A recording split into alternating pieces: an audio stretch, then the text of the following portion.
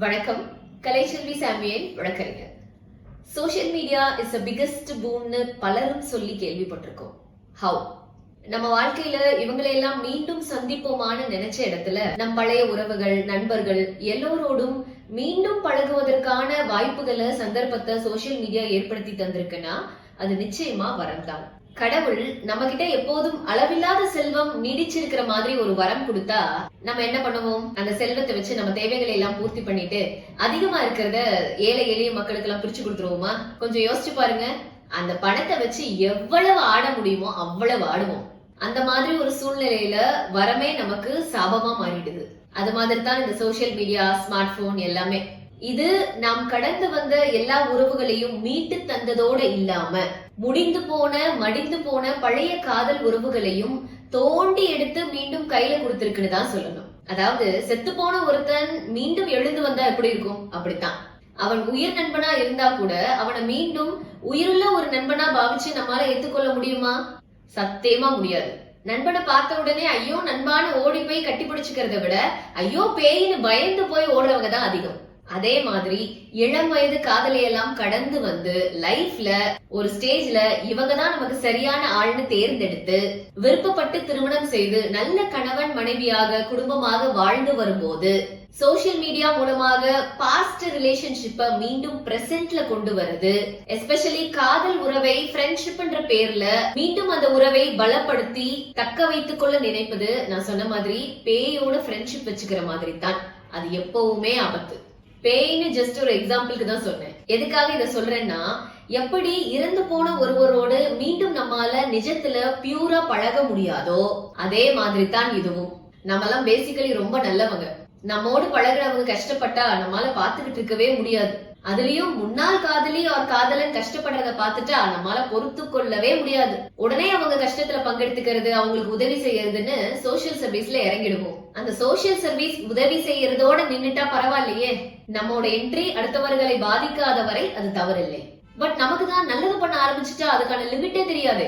எப்போ உங்க எக்ஸ் அவங்க பிரசன்ட் லைஃப்ல, மேரிட்டல் லைஃப்ல நடக்கிற பிரச்சனைகளை உங்ககிட்ட அப் டு டேட் ஷேர் பண்ண ஆரம்பிச்சுட்டாங்களோ அதுதான் உங்கள் இறந்து போன காதலை மீண்டும் தோண்டி எடுப்பதற்கான அறிகுறி.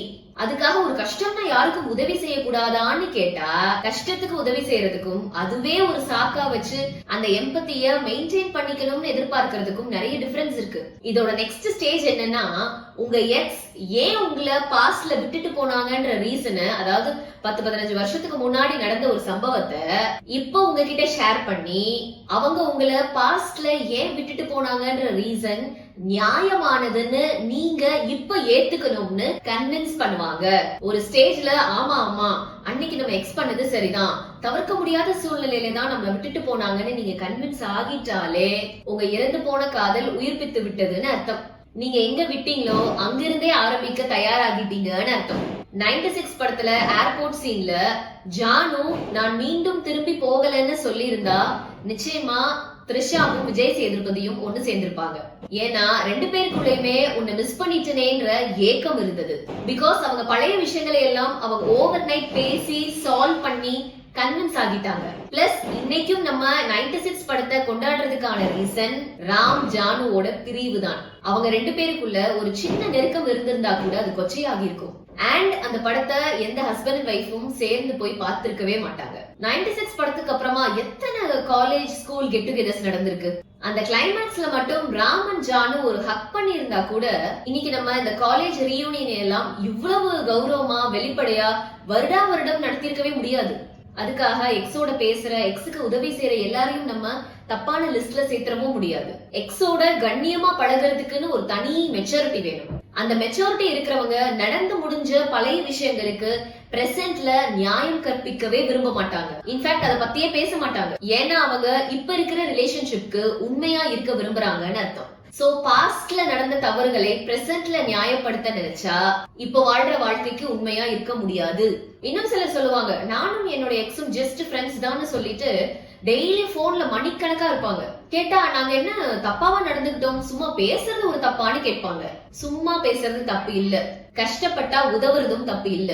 பட் எப்போ ரெண்டு பேர்ல ஒருவர் ஆர் ரெண்டு பேருமே அவங்க பிரசன்ட் மேரிட்டல் ரிலேஷன்ஷிப்ல நடக்கிற சின்ன சின்ன கசப்பான விஷயங்களை கூட அவங்க எக்ஸ் கிட்ட சொல்லி ஆறுதல் தேட நினைக்கிறாங்களோ அப்பவே சுதாரிச்சுக்கணும் இந்த ரிலேஷன்ஷிப் பெனிஃபிட்ட நோக்கி நகருதுன்னு. ரெண்டு பேரும் பிசிக்கலி தப்பான உறவுல இருந்தா தான் லிமிட் கிராஸ் பண்றதுன்னு நாமாவே முடிவு பண்ணிக்க கூடாது.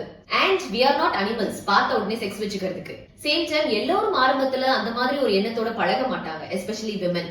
But the bitter truth is எல்லா இல்லீகல் ரிலேஷன்ஷிப்பும் இப்படித்தான் ஆரம்பிக்கும். எப்போ நம்ம எக்ஸ் மேல இறக்கப்படுறோமோ அப்பதான் we are losing ourselves. சும்மா வெறுமனே ஜோக்ஸ், அரசியல், பொதுவான விஷயங்களை பத்தி மட்டுமே பேசி பழகிறதுக்கு பேரு டைம் பாஸ். கஷ்டங்களை ஒருத்தருக்கு ஒருத்தர் ஷேர் பண்ணிக்கிறதுக்கு பேரு தான் ரிலேஷன்ஷிப். எந்த ஒரு பழைய காதலி ஆர் காதலனாலும் மீண்டும் அந்த பழைய காதலி ஆர் காதலனை ஒரு அண்ணனாகவோ தங்கையாகவோ பார்க்கவே முடியாது. பட் அட்லீஸ்ட் இன்னொருவரின் மனைவியாக ஆர் வேறு ஒருவரின் கணவனாக பார்த்தாலே போதுமானது. சோ அந்த லிமிட்ஸ் அண்ட் பவுண்டரிஸ பெரும்பாலானோர் மெயின்டைன் பண்றதே இல்ல. இந்த எக்ஸோட ரிலேஷன்ஷிப் வச்சுக்கிறதுல ஒரு டிஸ்அட்வான்டேஜ் என்ன தெரியுமா? இவங்க ரெண்டு பேர்ல யாராவது ஒருவருக்கு அவங்க பிரசன்ட் மேரிட்டல் ரிலேஷன்ஷிப்ல ஒரு பிரச்சனை இருந்துட்டா போச்சு, அது இன்னொருவரை ரொம்ப பாதிக்கும். சிலர் ஒரே ஆபீஸ்ல பார்த்து பேசி பழகி காதலிச்சு அப்புறம் பிரேக்கப் ஆகி வேறு ஒருவரை திருமணம் செய்து கொள்ள வேண்டிய கட்டாயத்துல இருந்திருப்பாங்க. அதுக்காக அவங்க ஆபீஸ்ல அவங்க எக்ஸோ பார்க்கும் போது பேசிக்காம இருக்க முடியாது. ஒரு கஷ்டம்னா ஓடி போய் உதவாம இருக்க முடியாது, அது தவறில்லை. பட் ஓவரா அட்வான்டேஜ் எடுத்துக்கிறதும் அட்வான்டேஜ் எடுத்துக்க அனுமதிக்கிறதும் தான் தவறு. நம்ம பண்றது தப்புன்னு நாமே உணர்ந்து நாமே நம்மை திருத்திக்கிற அளவுக்கான மெச்சூரிட்டி பெருசா யார்கிட்டயும் இல்ல. ஏன்னா நம்ம எல்லாம் சாதாரண மனிதர்கள் தானே. உங்க மனசு தொட்டு சொல்லுங்க, உங்களில் எத்தனை பேர் உங்க மனைவி ஆர் கணவன் உங்க உறவை கண்டுபிடிக்கிற வரைக்கும் பாத்துக்கலாம், ஊர்ல உலகத்துல எல்லாரும் பண்ணாததையா பண்ணிட்டோம்ன்ற எண்ணத்துல இருந்திருக்கீங்க.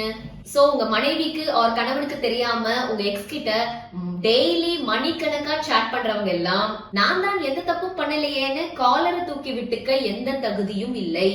எப்போ உங்க ஸ்பௌஸோட உட்கார்ந்து ஆர் உங்க ஸ்பௌஸ் முன்னால அந்த உறவை நட்பை உங்களால தொடர முடியலையோ அது நிச்சயமாக தவறாகத்தான் நியாயம் தீர்க்கப்படும். நன்றி.